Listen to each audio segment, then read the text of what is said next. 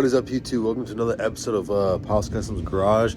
Today's episode is going to be pretty hectic. I will warn you, there's a lot of clips from in October to November to December, because today is the 26th, and there's a lot of clips that are filmed and are in no order. So I do want to warn you, today's video is going to be super hectic. But basically, I captured a lot of videos, a lot of clips of us taking up the dash apart on the 86 F150, doing all the wiring, putting the fuel tank in and all that. So, or attempting to put the fuel tank in. I haven't put it in yet. I'm just assuming that by the end of this video, it's in, but you get the point. So, hope you enjoyed today's video. Like I said, it's gonna be hectic, so enjoy. So here's the body harness right here.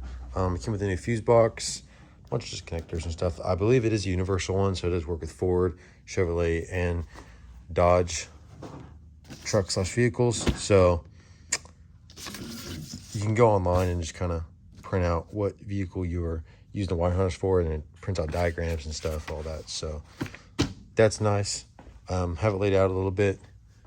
Then we've already started kind of taking off all the old body harness, kind of labeling everything.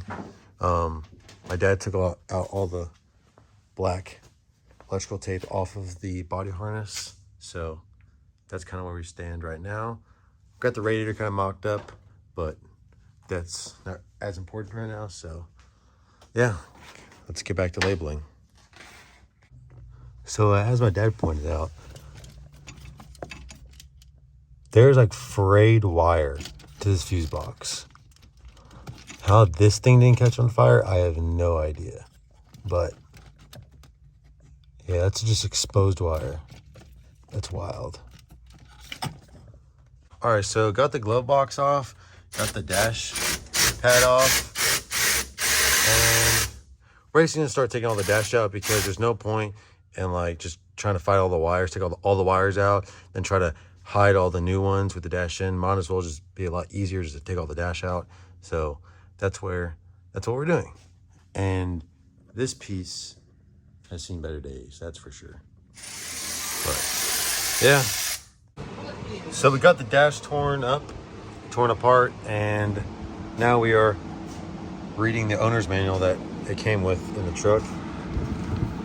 So trying to figure out what the OEM fuse box kind of looked like and what fuses went to which, or went to what. So reading that, then I got this book over here that I've had for a while. So yeah, just reading and figure out what everything kind of went to, because a lot of that wiring already that's in the truck is already hacked up, so it's kind of hard to trace. We got these connectors from, where did you get this from? National Parts Depot. They replace the old connectors right here, because these are absolutely in mint condition and brittle.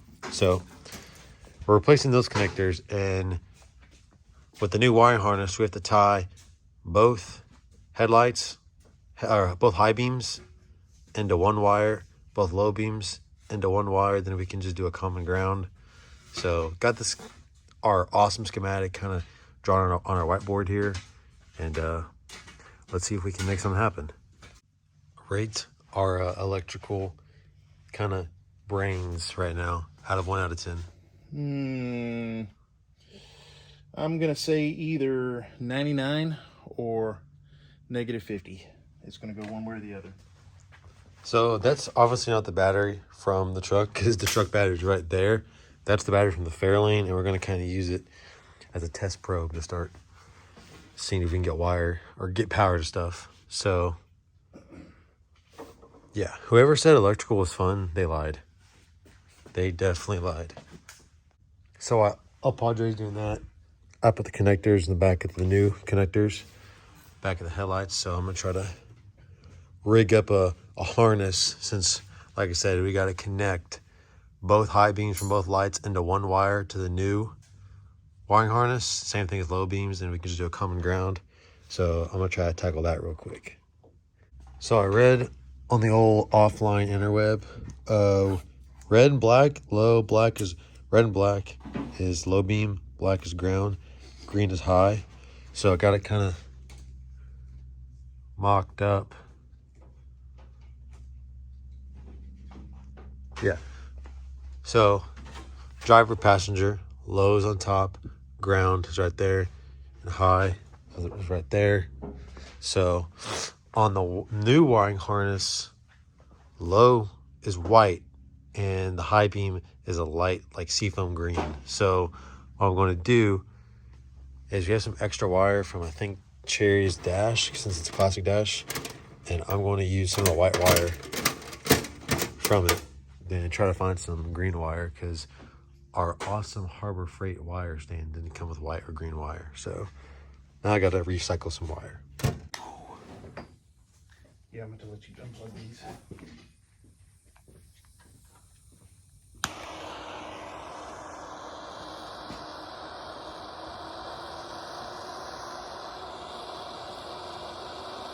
Oh yeah. All right, ignore the heater. It's pretty loud because we're in Texas and it's like 30 degrees outside. But you see this wire right here? That is the fuel pump wire from the EFI kit. So I'm going to extend it, run it against the frame rail back there so we can tap into the OEM connector. So that's kind of how we're going to do this wiring, is just tap into the stuff that works. So all the wires that are in between the connectors will be brand new, because if it's not broken, don't fix it. So yeah, got the fuel tank mocked up, got that bracket kind of mounted. Just got to rebend that bracket because we didn't really bend it that well. So gonna reshape it to the tank. Got the new bolt in, then tank will be secured. Then got the fuel lines kind of mocked up. The pump gonna go right there in the frame rail. So yeah, try to get the tank mounted up for good. I'm gonna get that in the frame rail. Fuel lines ran to that. Get that secured. Then we can start running fuel lines to the throttle body. Have all that plumbed, which I'm super stoked about. All right, back here in the shop, just got basically the entire system, fuel system plumbed. This is just for the little breather vent thingy, just in case it rolls over. But so we got the LS style regulator right here. Then fuel line going up all the way up there, sneaks its way all the way up to the throttle body right there. So that's definitely a success. Glad to have all that done. Really, all that's left, besides all that's left that's not mechanical wise, and like brakes and all that, is just wiring. We just got finished wiring. I just got an alternator. Here's the alternator. It's the Summit. It's 140 amp, I believe. One wire. Make it simple.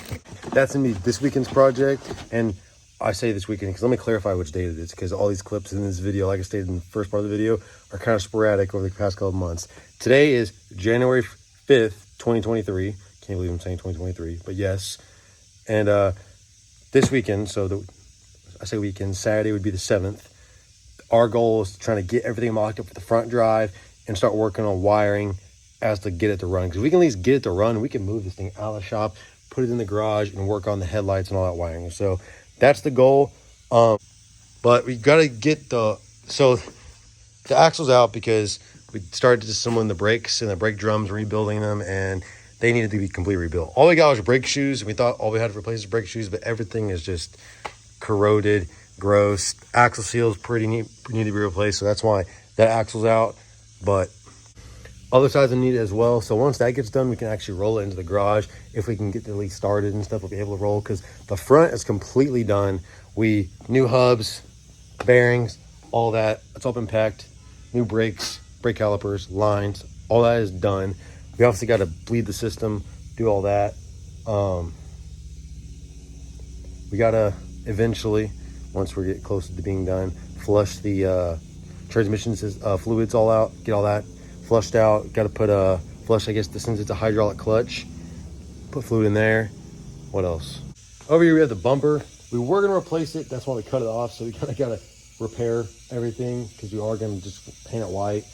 Get the dents out a little bit, repaint it white, straighten it up, because the wheels are white, letters and tailgate are white, all that. I think it'll look better.